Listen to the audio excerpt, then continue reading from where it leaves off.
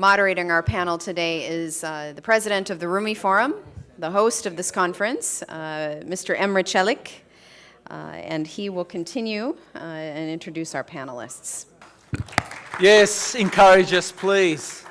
Otherwise, we won't speak. Ladies and gentlemen, we're here for the Authors Roundtable and book signing.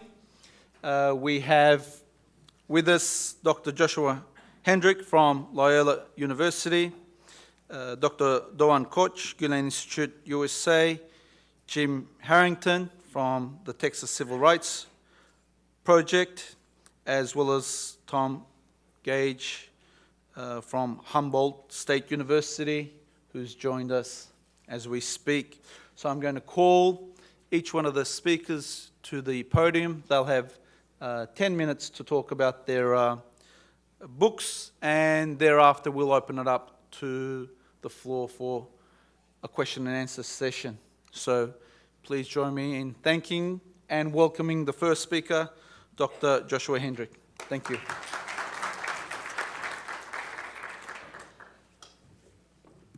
Thank you all very much.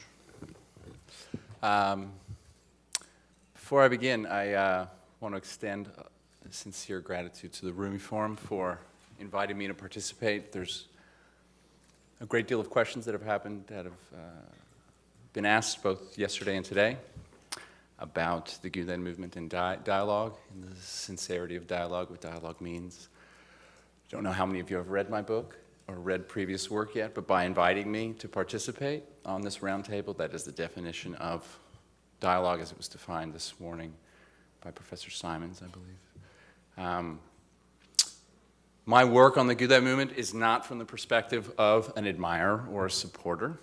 I'm not a Turkish citizen. I'm not a Muslim.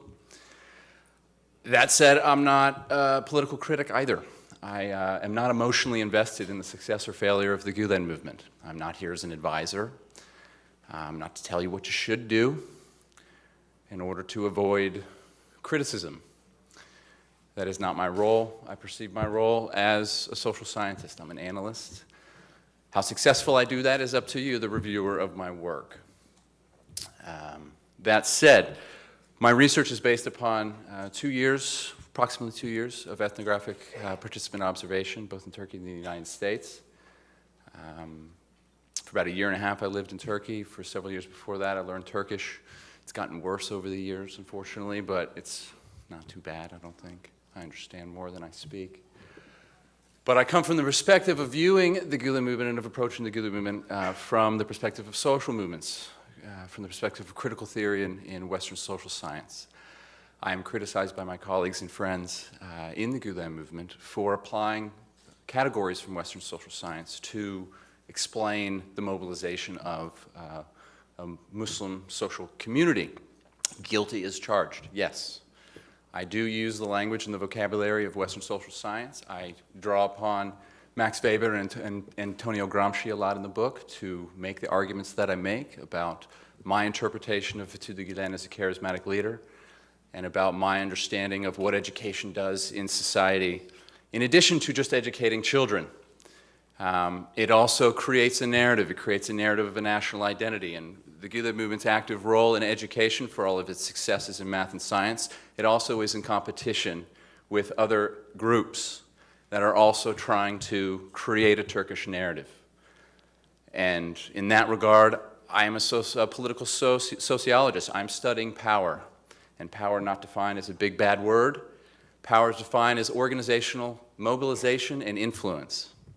And this social movement, or collective mobilization more specifically, is, among many other things, accumulating influence and power in Turkey and increasingly more throughout the world. Your politics are going to define whether or not you think that's a good or a bad thing, or whether you support or don't support that. Most people we've listened to the past 2 days, and most people I've listened to, this is now the 12th of these conferences I've gone to since 2005. At these conferences, sponsored by organizations like the Rumi Forum, produce papers, both by Turkish sympathizers and by who I call in the book recruited sympathizers in American and European and Australian academia, and then increasingly more from other places around the world.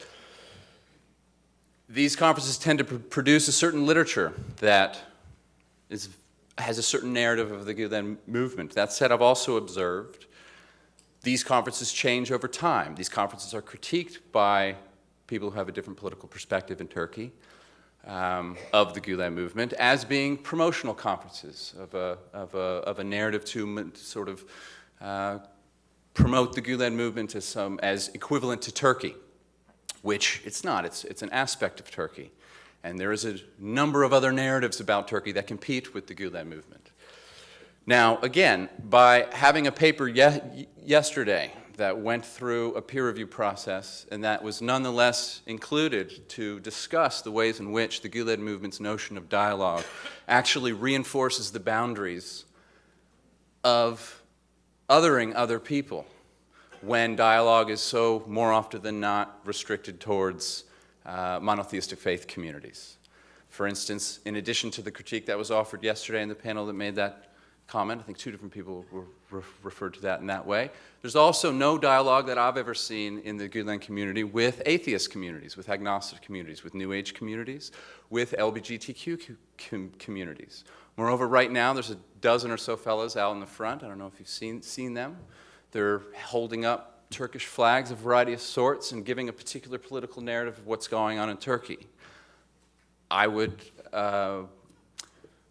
define dialogue as inviting those people in here, canceling the rest of the day, putting them up here, and having a Q&A about what's going on in Turkey. That's what I would say would be dialogue. Those who are critical of the Gulen movement are not a marginal few in Turkey. The Gulen movement is as praised and supported as it is critiqued and feared. And that is something that needs to be engaged with, I think, from the perspective of social science, perspective of an analysis, in order to understand what is the Gulen movement in addition to its own promotion of itself. And I think that knowledge is found not only in the discourse of those who are promoting their own identity, but those who are critiquing that identity as they promote their own too. And knowledge is found somewhere in the middle, and that is in fact how I would define dialogue. So I have a number of slides that I'm not going to show, because I instead wanted to say all that. But there's another, there is a lot of questions that have been asked over the past two days about who and what the Gulen movement is. When do you know you're seeing the Gulen movement or not? What is and what is not the Gulen movement? It's an ambiguous, it's a non-transparent organizational model. And this confuses people as much as someone who's been studying Turkish politics for over 10 years makes perfect sense to me why the Gulen movement maintains what I call strategic ambiguity as an organizational model. So in that regard, I will, did I just do it? Whoops. So I'm going to skip through all these and get quickly to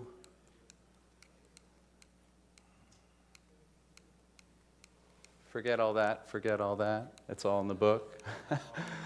But I will say, because I only have 10 minutes, my apologies, but I will say this.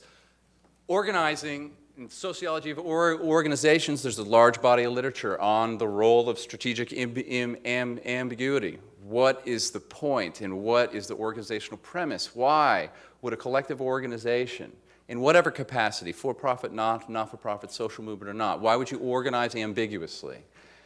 And the literature suggests that there are 4 reasons why a strategically ambiguous organizational model has effect. 1, it allows you to promote a unified diversity. We are all inspired by the teachings of Fethullah Gulen, but we are not connected to the Gulen movement. This is a common discussion. This is a common thing that's expressed. Half of this room right now is affiliated with the Gulen movement in some way, and the other half is not. Maybe a little more than half is affiliated in some way. The other half is not. Most of you know what I'm talking about, right? There is no organic connection between these institutions. This is a common refrain that happens throughout the network. That is a unified diversity. We are united by being aligned with the teachings of Fethullah Gulen. We admire Fethullah Gulen.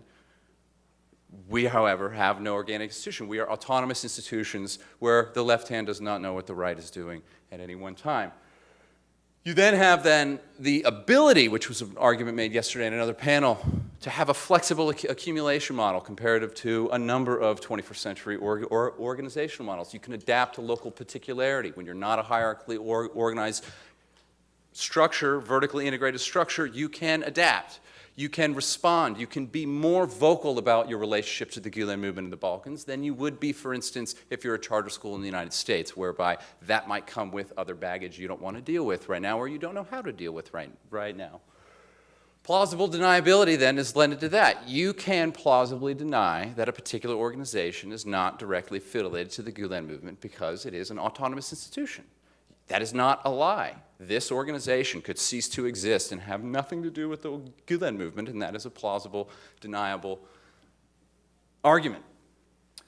It then also allows you to preserve privilege, and this happens first and foremost, which is where I'll conclude with where success and rewards happen within the Gulen movement. In my interpretation of understanding organizations, the Gulen movement is not a cult. It is not involved in brainwashing. It is not involved in making people drink the Kool-Aid of any form. It does, however, have a particular narrative and have a particular organizational structure that does have reward for participation. And the more you participate, the more reward there is, and the more you will move through the network. So I view the organization this way. This thing's very slow. This is how I view the Gulen movement.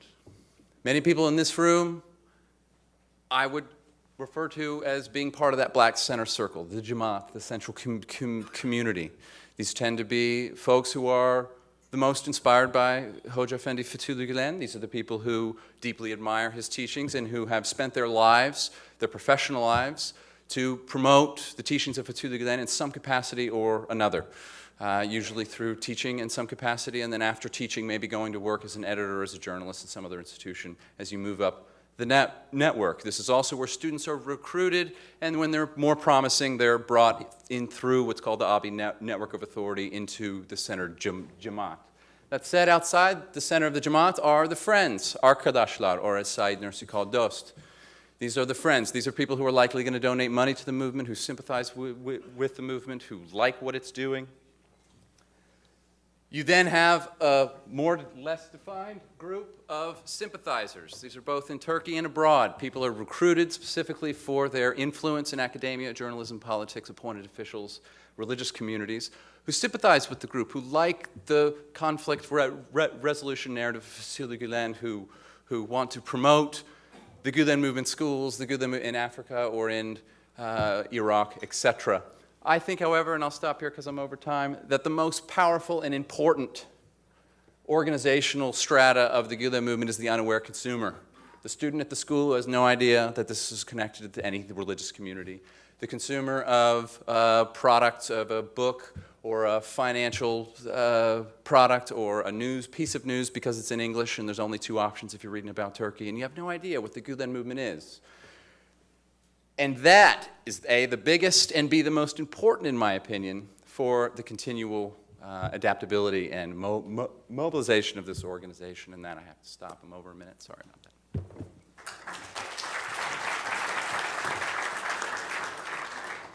If I could call upon Dr. Doğan Koç from the Gulen Institute, USA.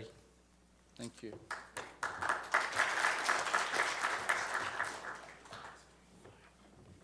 Thank you. I'm not sure if you organized this order knowingly because, strategic ambiguity and strategic defamation. So it's what I have. Since we have only 10 minutes, I'll skip some of the things that I have.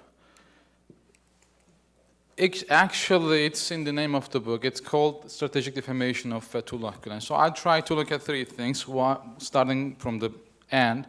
Who is Fethullah Gulen, and how is he defamed, and why I think it's strategic. So I skip this, so you all know who Gulen is. This is the story, why I wrote this book. Actually, it was an article that I wrote and published, and it became a small book that I expanded and put some other things.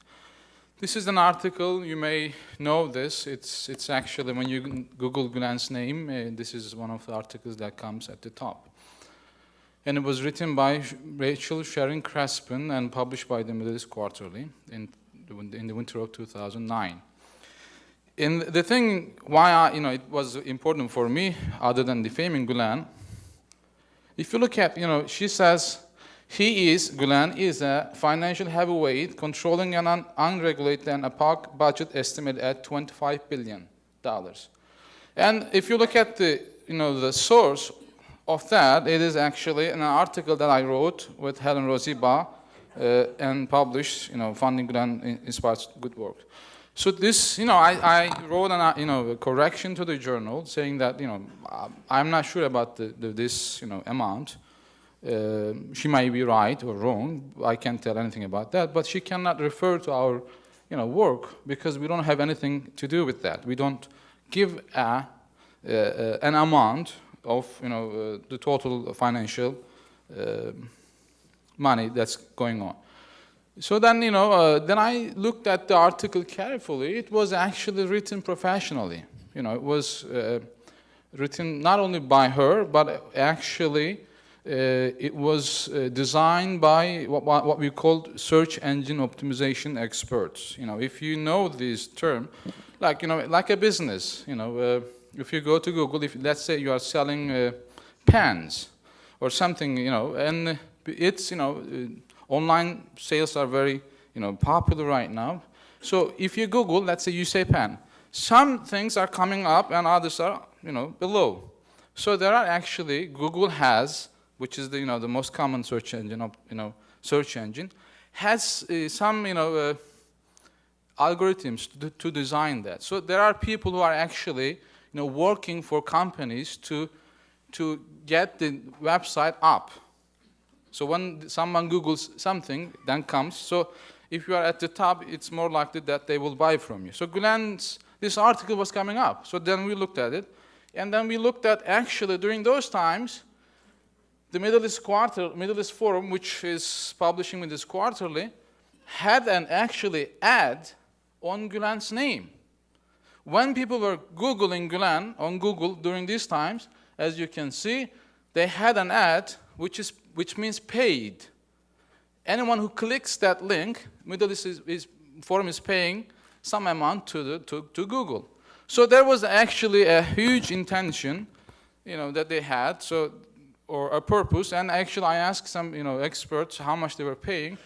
They estimated they were paying $50,000 per month for that. Anyway, so that was the story that I, started writing this book. Then I started collecting data about these defamations about Gulen. By the way, I have actually a chapter in the book that is responding back what she is saying in that article. And I used the Hanking definition of defamation. Defamation is not a critique of Gulen. I didn't include, you can criticize Gulen. Nothing is wrong with that. But I only, included articles, books that are actually defaming Gulen with this definition. It's false, impeaches the subject's character, published to the third party. This is very important. And actually it makes it's strategic because they are addressing certain audience and damages the reputation of the subject and done intentionally. Let's go for, I have good pictures. So I have actually two pictures of Gulen, very different pictures of Gulen. Gulen 1, you have to keep in mind, you have to remember to understand some of the analysis. And in Gulen 1, Gulen is an American puppet. He is a Modern Islam. Modern Islam is Pope's secret cardinal. He is Pope's secret cardinal. He has Zionist connections, and he is actually destroying Islam. He is not a Muslim. These are, and this is Gulen 1. As you can see, there has been books published on that. You may know Ergün Poyraz, he wrote this Amerika'daki Imam. The Imam in America, as you can see. This is another, you can see this is made in USA. And over here, this is a book written by Hikmet Çetinkaya. And on the cover of the book, Gulen says, as you can see, Fethullah Gulen, ABD in Turkish, USA. and AKP. And in this saying, Gulen is saying, oh buddy, and this is George Bush, President Bush, oh buddy, I'm taking care of that business. Let's go the other one. You know, as you can see, the second, he is a moderate Islam. You know, because we refer Gulen movement as a moderate Muslims, a moderate Islam. It's a game. Actually, Gulen is working for Vatican, and as you can see, Gulen is pictured as Pope. And his meeting with Pope is also used to justify this. And actually some go, further and claim that Gulen is actually a hidden cardinal. Another theme, he has, Zionist connections. And this guy is, there are more details. Actually published a lot of books, defaming not only Gulen, but also, Prime Minister and the President. As you can see, it's called Moses' Children. He has a series of Children of Moses, which he claims that all these have Jewish connections. Actually, they are Jewish, what he calls crypto-Jews, who are actually hiding their identities, but seeing as Muslim, but in fact they are Jews. Another one is actually, there's a book called Is Fethullah Muslim? And in this book, he claims Gulen is not a Muslim. Actually, he's a Baha'i. He's trying to, establish a worldwide Baha'i universal state.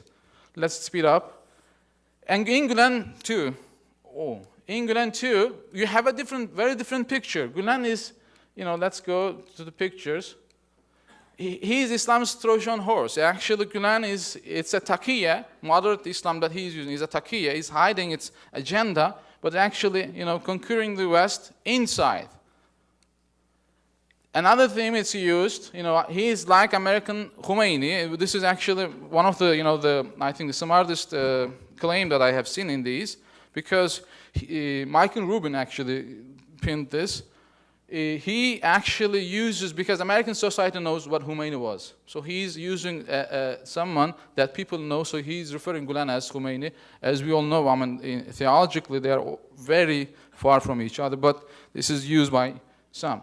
Another one is, in Turkey, the movement, or the Gulen is actually trying to overthrow the Turkish secular government and establish an Islamic state. In the original picture, actually, this is Kemal Atatürk.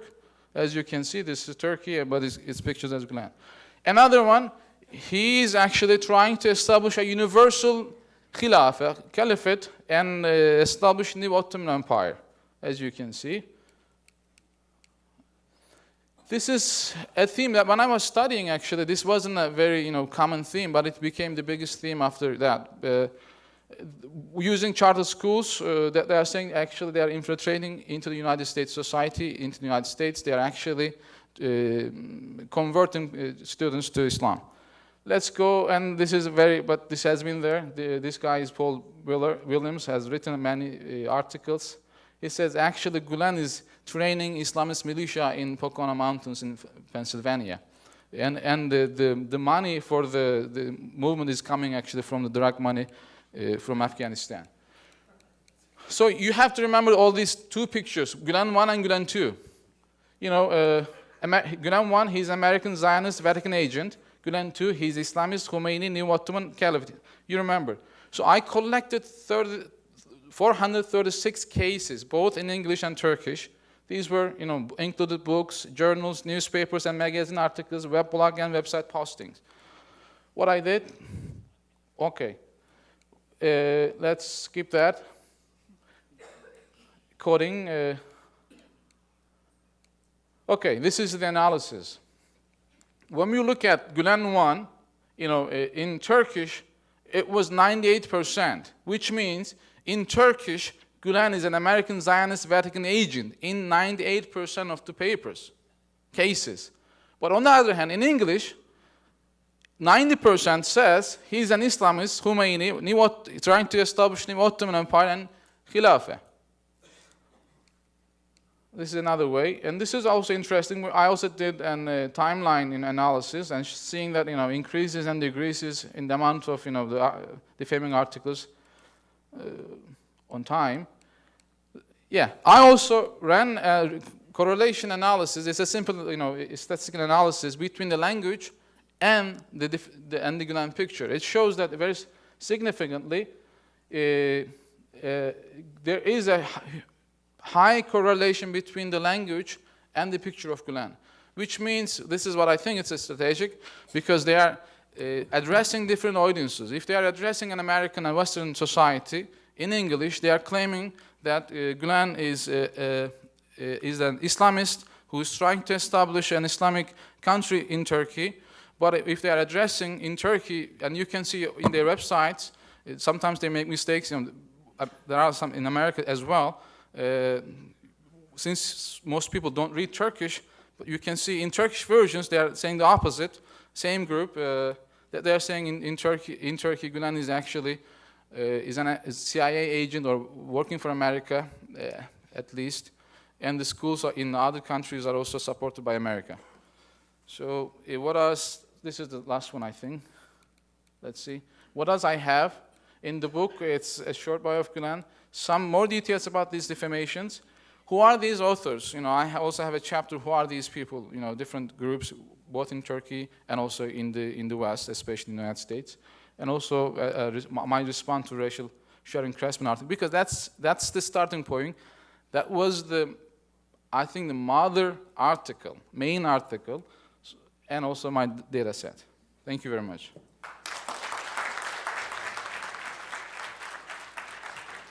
I'd like to now call upon Jim Harrington to present from his book, his findings.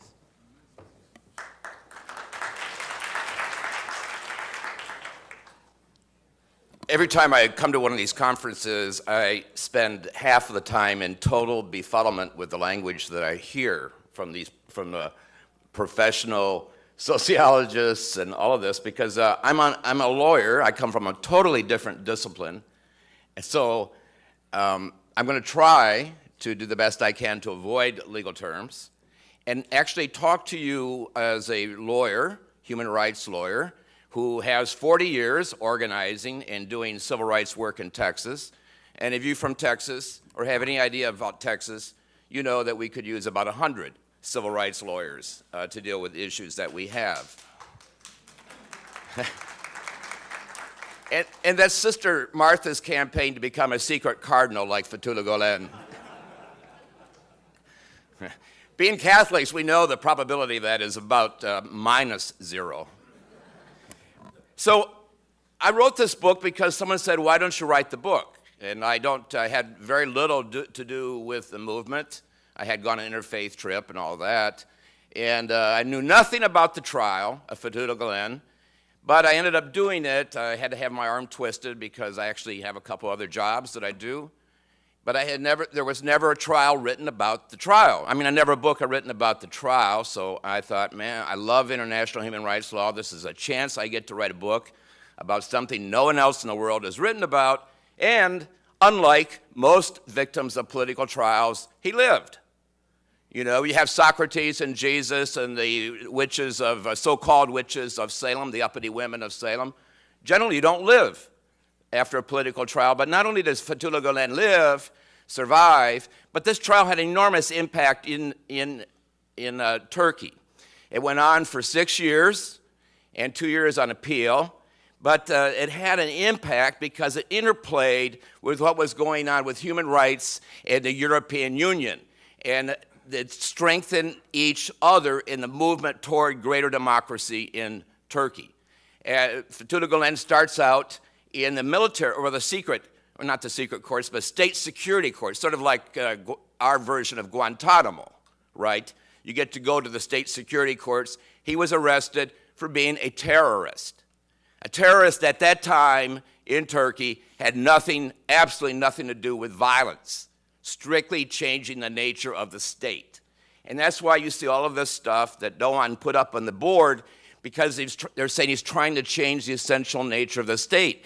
Even though Turkey is a secular country, it has a department, a ministry of religion that governs religion.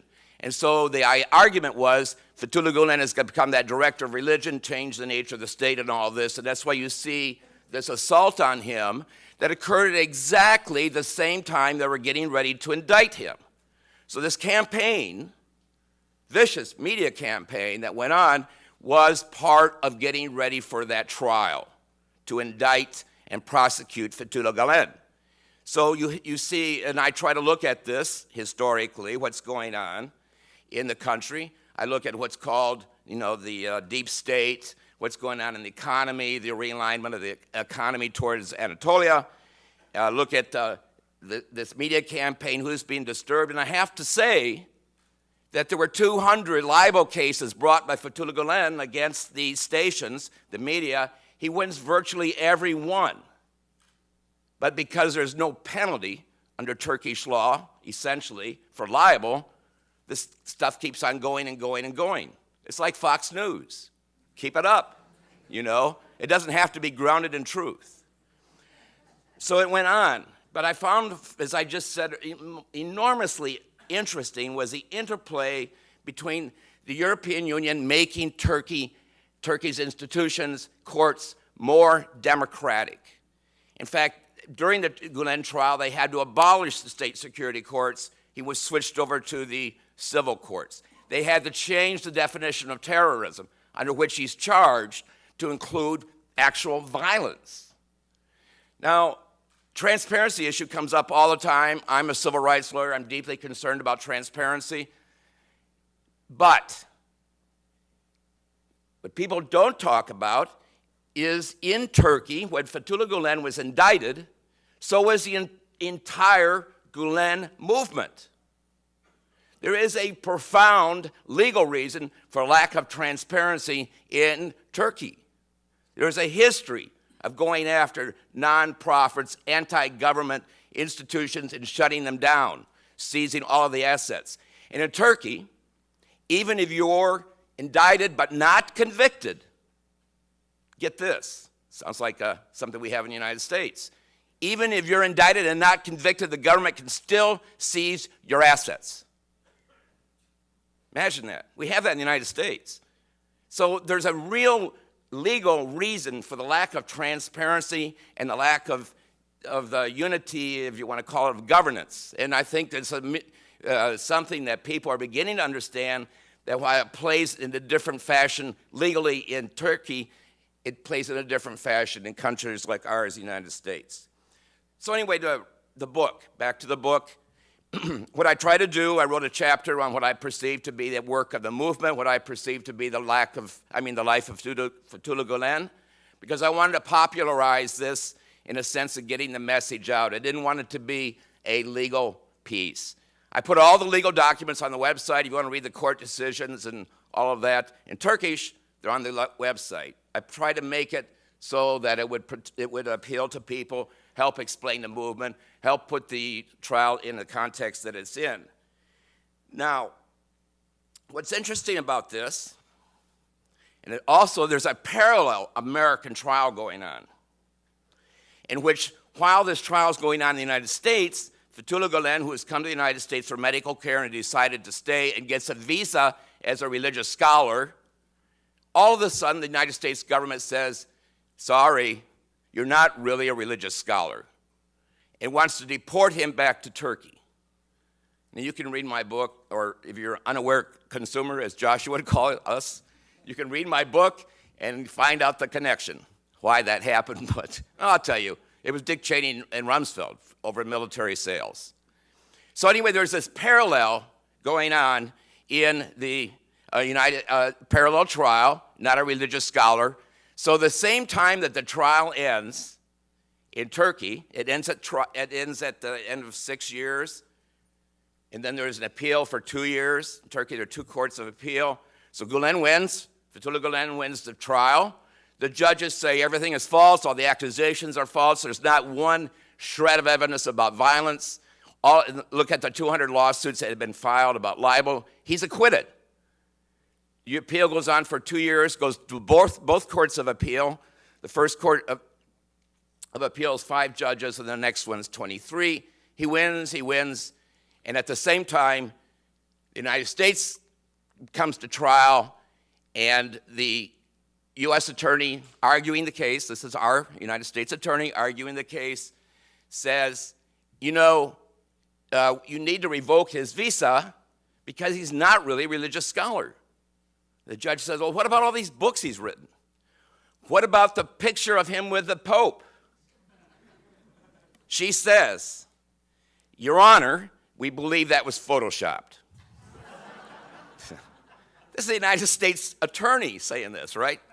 Well, anyway, the judge has had it. He's a very conservative judge, but he understands a railroad car when he sees one. And he then orders the U.S. to give the government, give Fethullah Gulen his document back, his status. So, this is an amazing victory, I think, in terms of the progress of democracy in Turkey, the change of the economy in Turkey. By no means is it perfect. And every time I have this discussion from someone that I say, you know, wow, you make a lot of changes, they say it's not enough. And I say, look at the United States. We've been at it for over 200 years, and we still can't get to where we need to get. So I think the progress in Turkey has been absolutely astonishing. And I have only 2 slides. I apologize for only 2 slides. This is my favorite, because to me, this is what the movement's about. After I published the book and I was over in Turkey talking, I stopped at a school in Antalya, very poor school. I talked about this yesterday morning. But I said to these kids, what do you want to be? You know, and someone says a policeman, and I'm going, great, just what we need is more cops. But anyway, that was his desire, or a lawyer or whatever. And I was sitting there and I was thinking, I'm talking to these kids. This is the same age group that my son and daughters teach in San Antonio. And I'm thinking, they would have no dream, absolutely no dream, to be these people if they had not gone to one of these schools. So I said at the beginning, I'm not an academic. I'm a lawyer. I teach law. I practice on the ground. I do community organizing. And the movement does this. Awesome. My last slide. In interviewing all kinds of people in Turkey to write my book, I interviewed people that knew nothing about the movement. I interviewed people that knew a lot about the movement. I met a lot of people who suffered, exiled, some were persecuted, who aren't part of the movement but believe in the political openness that ought to be accorded the movement. And as I was writing the book, I came across this amazing quote from Noam Chomsky, who, as you know, is a very far left member of the American political analyst group, or whatever you want to call them, great professor. And I'm going to conclude with this, also I'll get another note from Emory. And he doesn't let me keep them. He pulls them back every time he gives me one. We'll be staying back after school. All right, here's the last, this is it. Here's Chomsky. I know of no other country where leading writers, artists, journalists, academics, and other intellectuals have compiled such an impressive record of bravery and integrity in disobedience to try to bring oppression and violence to an end, facing and sometimes enduring severe repression, and then returning to the task. It is an honorable record, unique to my knowledge, a record of which the country should be proud, and one that should be a model for others. Thank you very much.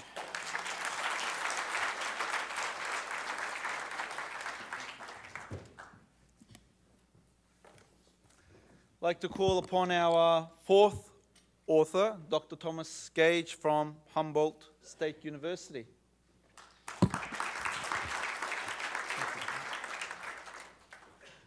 Thank you very much, Emra. My book is entitled Gulen's Dialogue on Education, a Caravanserai of Ideas. And let me give you a little bit of background in light of what we have been hearing. If you've known me for a while, you know I don't wear any uniform. I became involved with the Gulen movement in 2007. I have spent extensive amount of time in Turkey. I hitchhiked there in 1958-59 for the academic year, spending most of the time in Syria. I have been a Fulbright scholar. Let me give you a bit of background for my book, because that'll contextualize essentially why I chose to write about Gulen. And if you'll envision a Venn diagram, you can see the Venn diagram as Gulen, the heart of this series of chapters on those writers, if you have been in education, you know very well. And these writers really are circles around this centerpiece with Gulen in the center. And I see Gulen, as I mentioned yesterday in my talk, as an education philosopher of the past. I went to a 50th reunion of the third class I taught 3 weeks ago. I started teaching in 1961. I've taught secondary or had been an administrator in secondary for 15 years. I've taught at every level except for the community college. I've taught for 35 years at Humboldt State University. At Humboldt State University, I founded the second writing project, the second and third writing project in what has become the National Writing Project funded by Congress up until 2 years ago.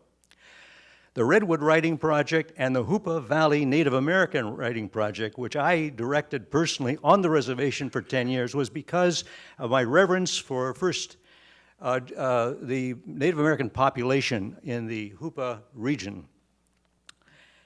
My work in writing goes back to those writing projects that I started. My PhD was a study of secondary student writing in California. I had an N of over 5 figures. I ran a two-tailed T-test. I have studied extensively the nature of writing. If you look at my website, gagepage.org, you'll see I have been involved in authoring, editing 20 books. I started, contiguous with the writing project, a master's degree in the teaching of writing. And of date, we have 5 directors of state writing projects in the United States out of my master's in the teaching of writing. So I feel I have some perspective on the nature of writing, not as an act within the discipline of English, but the nature of writing as a means for learning. One of the big breakthroughs in my discipline about 1965 was this notion that we have always been using writing to report on prior learning. Please write an essay on the chapter 6 by next Friday. Well, what we discovered from the British study called the development of writing abilities that came out of the London School of Economics, a study of 42 schools in England and Wales studying writing in 5 different disciplines, what we found was one of the most effective ways of learning is through writing. So, back to the book. Why I wrote this book.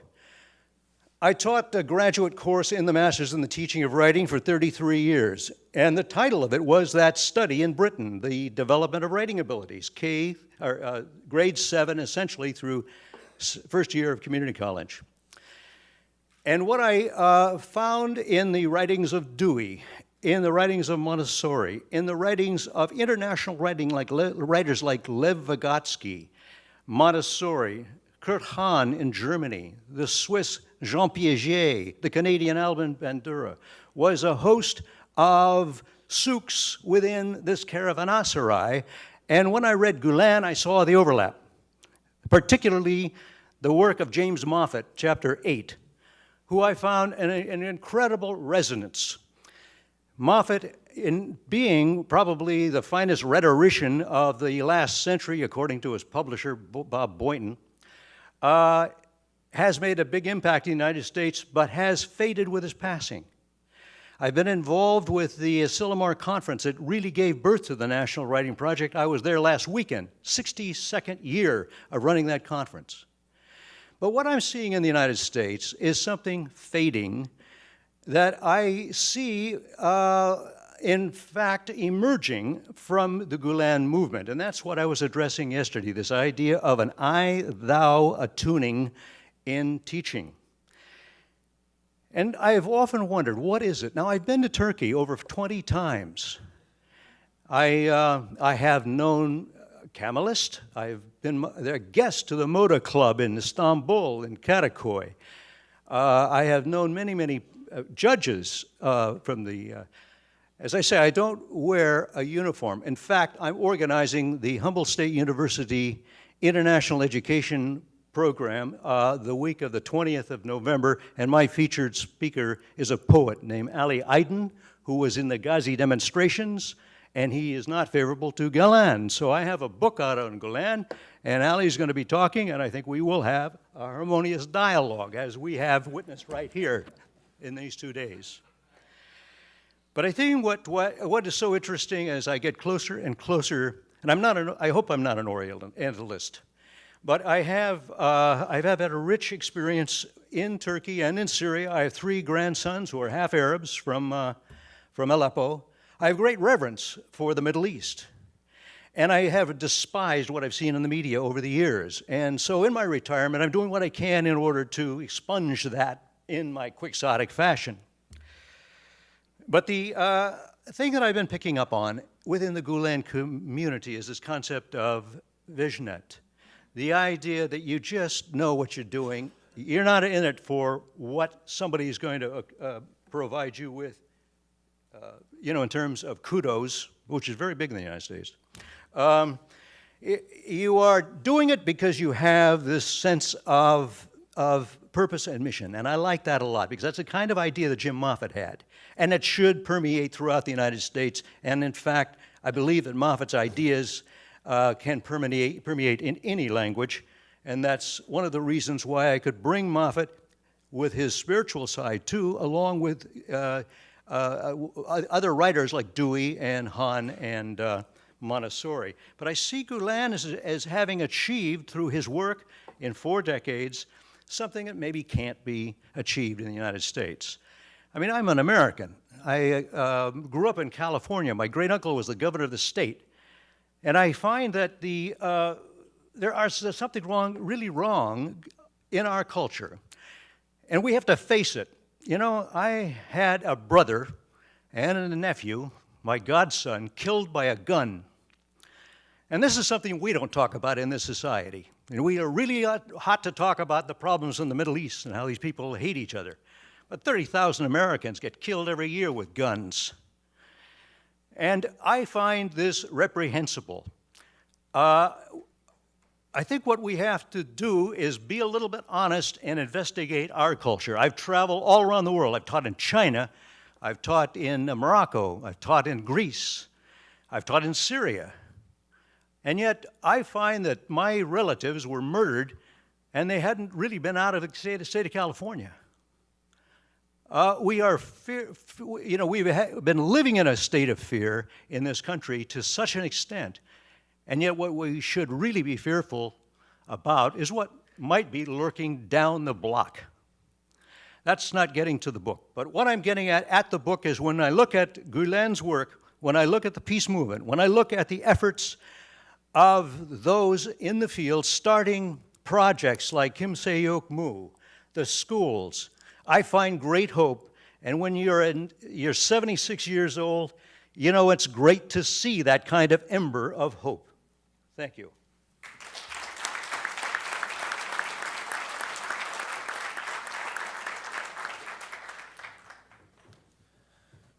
We've just got over 30 minutes for questions. If you please make a line, if you've got a question, please come to the microphone. Otherwise, I'll start with, okay, we have somebody. I'll give the audience the benefit first.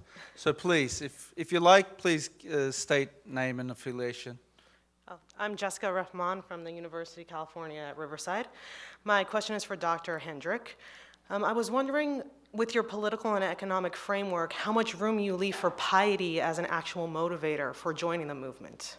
Because it seems as if there's not enough room for that, and it gives the implication for insincerity within the movement and for individual motivations for joining the actual movement. Hello, can you hear me? Thank you for the question. My research is grounded theory, data-driven, with a little over 70 interviews over several years, overwhelmingly at every level of the Gulen movement. I noticed a profound sense of religiosity, of personal piety that happens at a certain time. Most people who I interviewed, and this is an overwhelming majority of the people I interviewed, were not pious when they joined the movement. They joined the movement in the context of studying for Turkey's central examination, the ÖSS, up until a few years ago when it changed names. And they went to a student house, a student dormitory in Ishikev, a house of light, for tutoring. Through social networks, they were told that they could get tutoring for an ÖSS exam. When they went to the ÖSS exam, they then learned that they could get a subsidy, some sort of discount if they went to one of a number of different companies, FEM in Istanbul, a number of other institutions in private. Dershane, in this context in Turkey, is a private cram course education facilities where students go to study for either the high school placement exam, the ÖKS, or the university placement exam, the ÖSS. These are structures change every year for the past few years, but since 1973, until 2007, this was the system. When you go to the Dershane is where you study, and you don't read Fethullah Gulen, you don't really know about Said Nursi, you likely didn't come from the people I interviewed. There were exceptions, of course, but they tended to be older generation students of Fethullah Gulen, but most people were studying for the exam.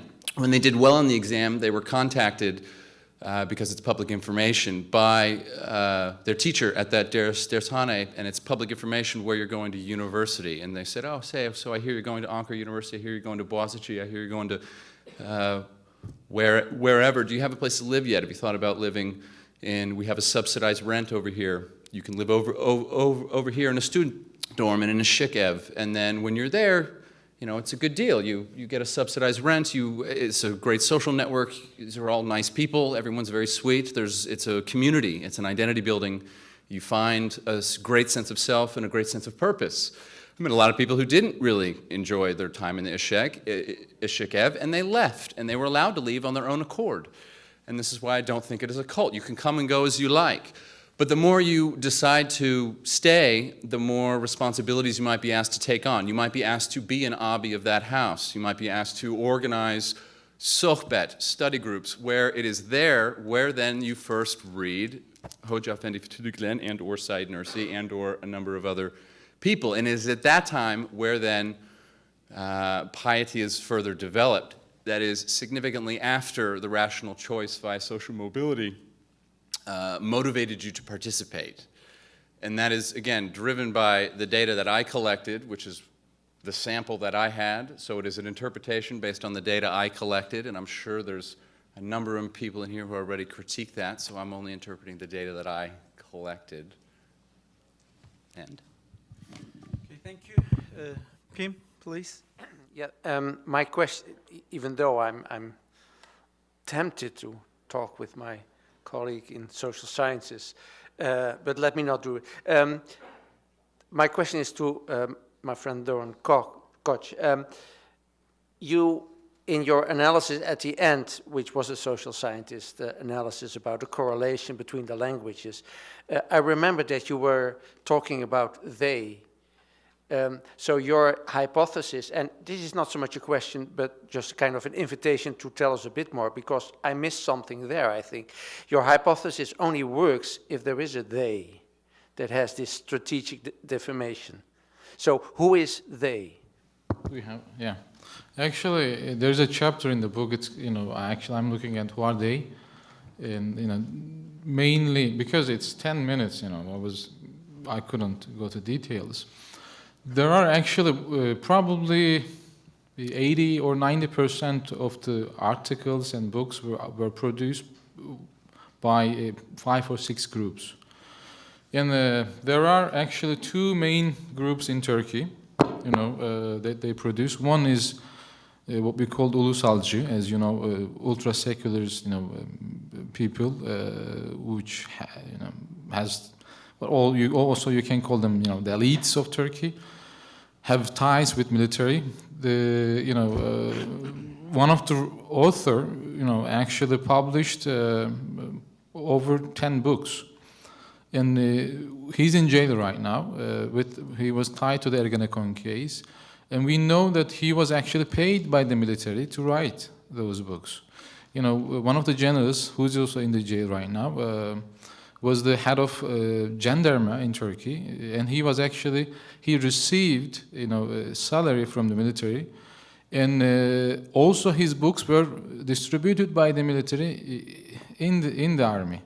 So, and they were not only defaming Gulen, but also defaming Erdogan and Gül and Arunç and others as well. That's one of the main group that we had. The other one is from a very totally different aspect, radical Islamist. There are two groups within that group as well. One is called Ahmet Akgül, and it's called the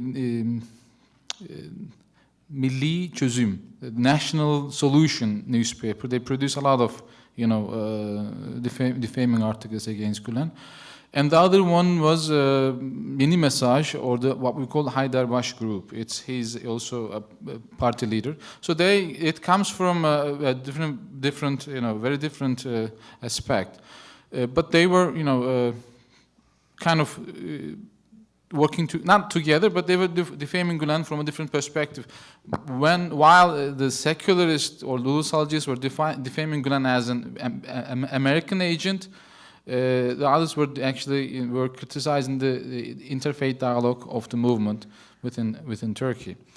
In America, there are mainly two groups as well. One group is actually not, and this is the biggest one, it's not independent. Actually, it has a huge tie with Turkey's secular elites.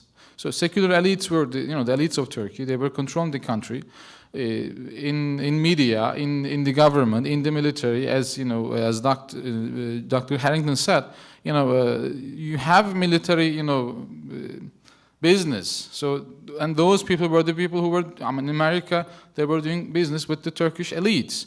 So they have this long-lasting, relationship with the West. So they are actually using these relations to defame the Gulen movement in the West by using their friends. So I have this. And there's also another group. It's a xenophobic group. They are Islamophobic, and you may know Daniel Pipes, is one of the leading one, and the Middle East Forum. Michael Rubin, Sharon Crespin, Robert Spencer, Paul William. So that's another group. That's mainly, it's an Islamophobic group, and that's in the book. Thank you for asking. It gave me a chance to explain. Please, Can Karakoyun from Berlin. I'm also a social scientist, and I'm tempted to ask a question to Joshua Hendrick. There are not a lot of German words in the English language, but one of them is Zeitgeist. And the famous Jewish philosopher Buber, he is talking about Zeitgeist, and that you have to always take into consideration the Zeitgeist of a dialogue.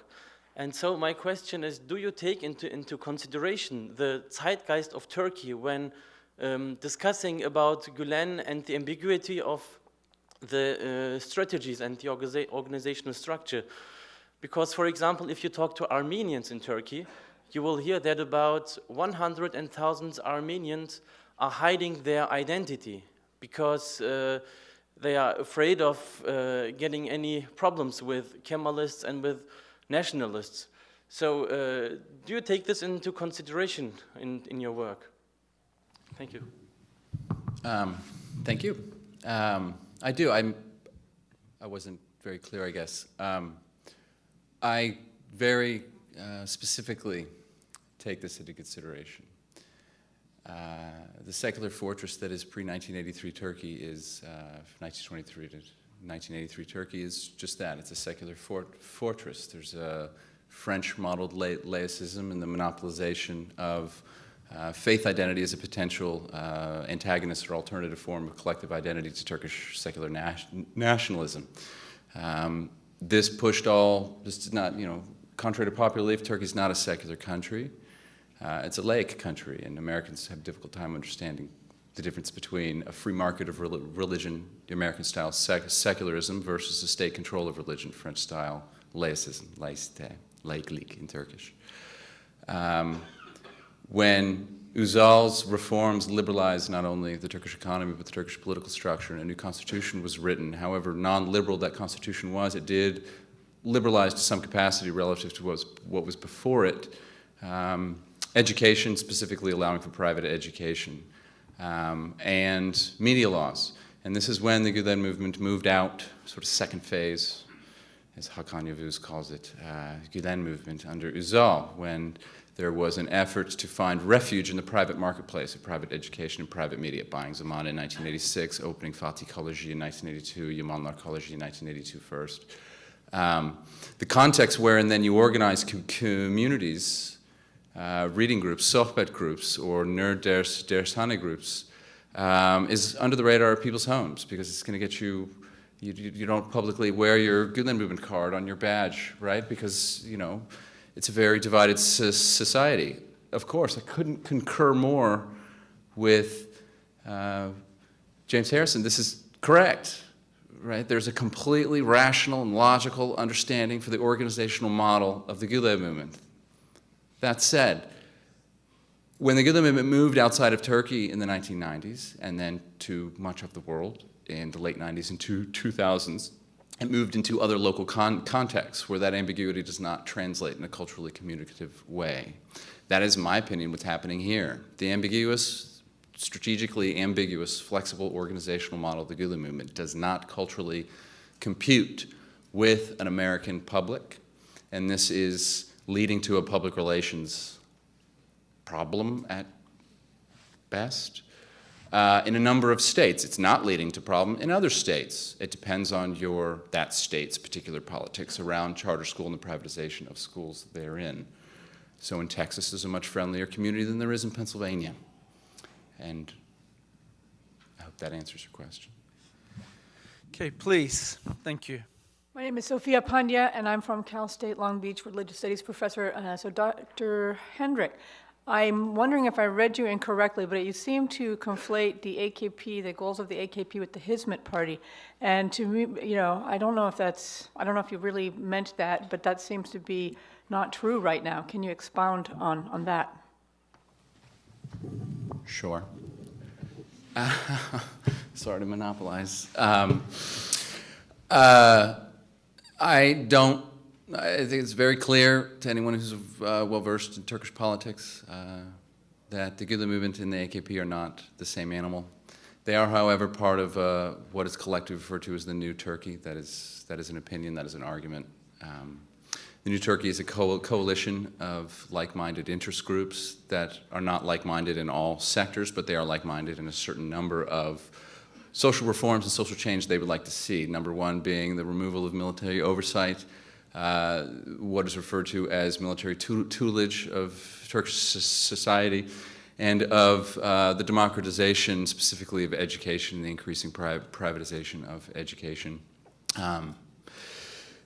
And there's a mutual interest in the continued liberalization of the economy, the opportunities that are available through export.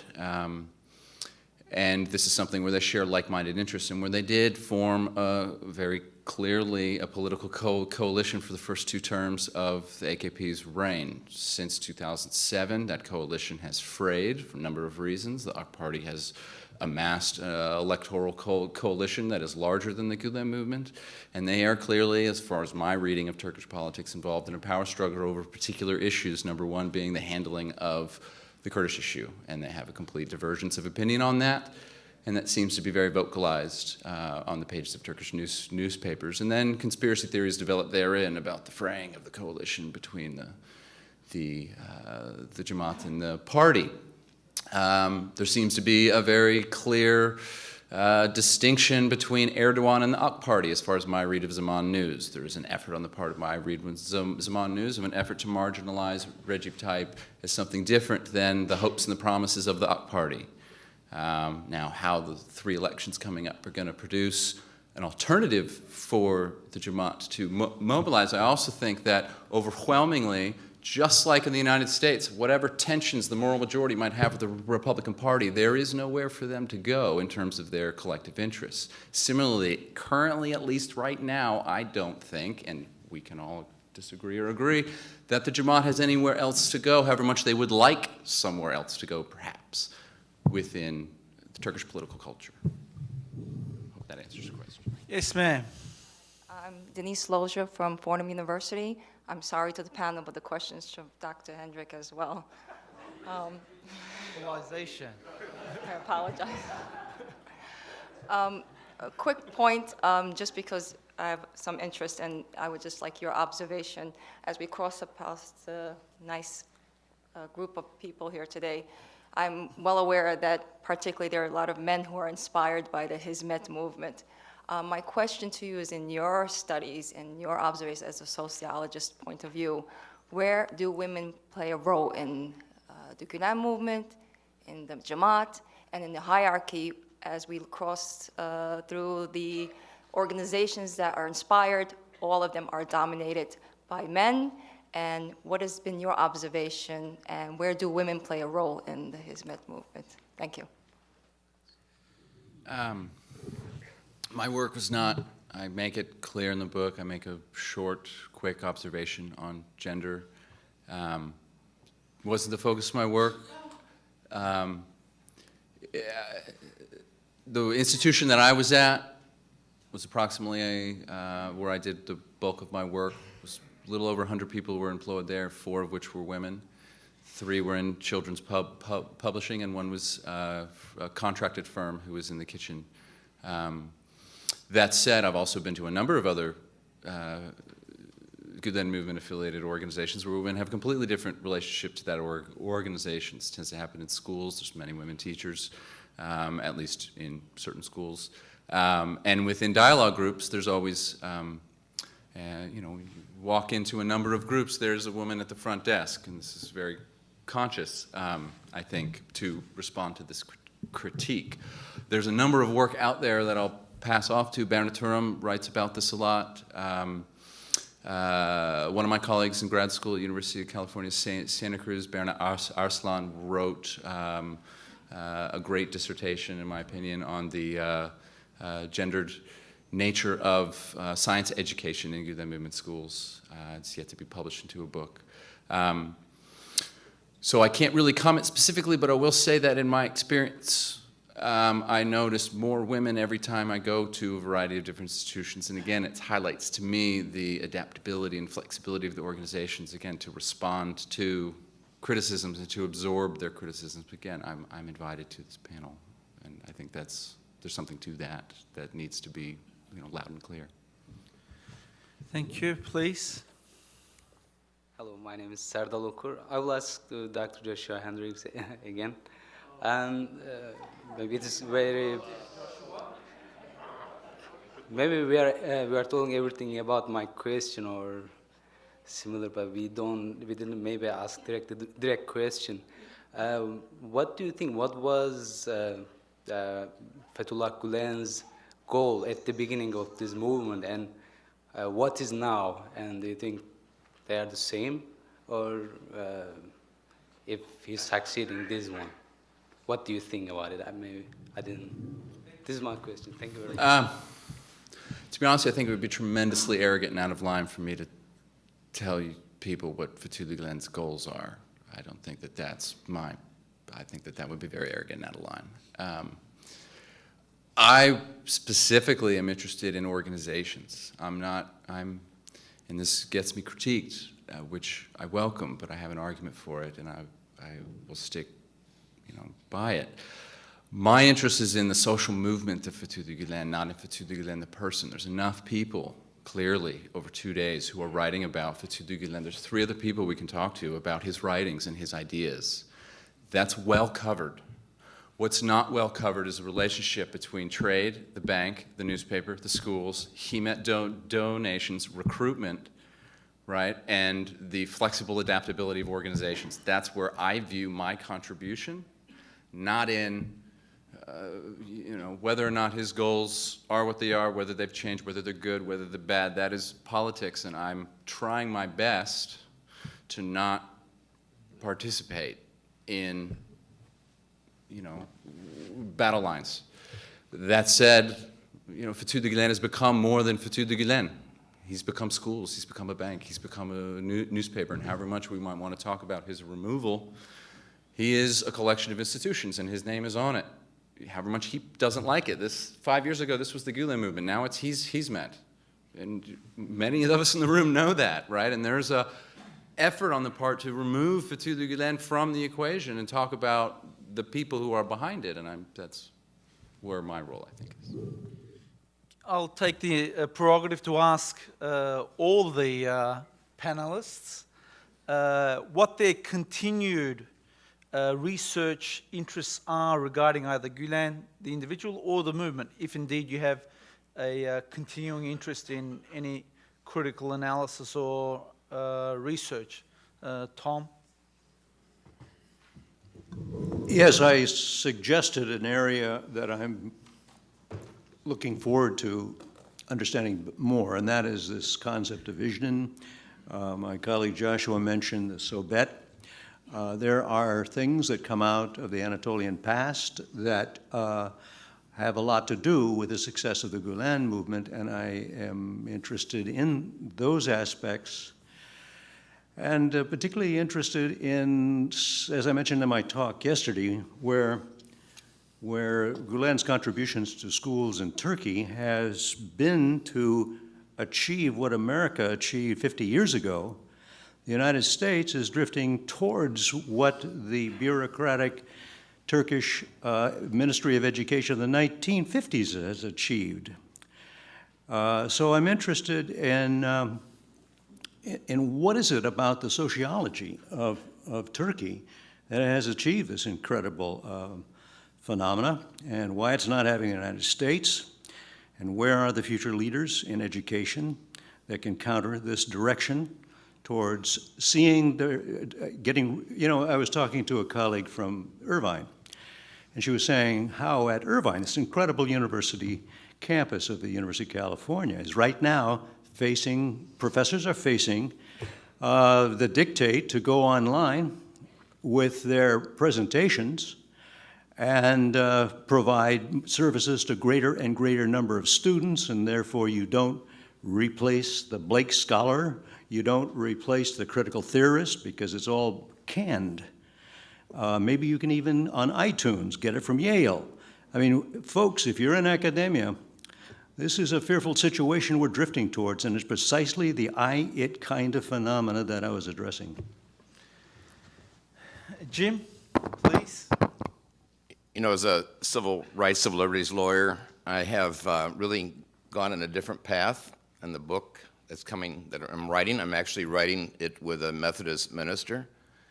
And we're exploring how it is that Rumi, Eckhart, and Moses de Leon, 3 different faiths, become mystical leaders at the same time in history. So I'll talk to you about it in 2 years. I'm not actually continuing to study the same subject that I studied. It was actually done quite a time ago. I finished the book almost 3 years ago, I believe. It take a year to publish that. But I'm not continuing on the same subject. But I also did something that I'm not also continuing, meanwhile, is, I looked at the Kurdish issue. I studied conflict resolution, and I looked at, the conflict in Turkey, and looked at the different actors and their strategies to resolve the conflict, meaning the Turkish military, the government, and the civil society, which I looked at the Gulen movement as an actor. So I am actually working on that. Hopefully, it's there, but I need to publish that. It will take some time. But I'm not actually continuing the work that I did. But one thing that I probably, I was asked after making that presentation or people reading the book, and it might be a good subject, not for me, but for some other people, and to look at why these people are, defaming Gulen. I mean, it's a different question. So that might be something. It's actually missing but I didn't want to tackle with that. Joshua, any new research in regards to the movement? Well, I'm editing a special issue of a journal, Sociology of Islam. It's Brill Publishing. There'll be a special issue on the Gulen movement, but I'm consciously taking a back seat. Specifically, I was put out a call for papers for local articulations, local adaptability in various places around the world, and that's in process right now. It's under revise and resubmit. But then beyond, my work is in Turkey and in Turkish politics and Turkish political society and political culture, and my latest research was on the politics of social dissent, and I was in Turkey this summer for 7 weeks, and I arrived on June 1st with a funded project to study the politics of social dissent, and now realizing what happened while I was on the plane, which was fascinating, apparently, and specifically focusing on the changing nature of state society media relations. So I've interviewed a number of journalists, left, right, and center, a variety of different print and television news, and then social media activists on their perceptions of public discourse through mass media. Okay, thank you. If there's no final question, I'll spend 30 seconds to wrap up. I want to thank each and every one of the authors. They will be available outside their books for book signings, so please make your way outside. We will, I believe, reconvene. We've got an announcement. Yes, you can do all that, please, Jenna. So again, please join me in thanking each and every one of the authors.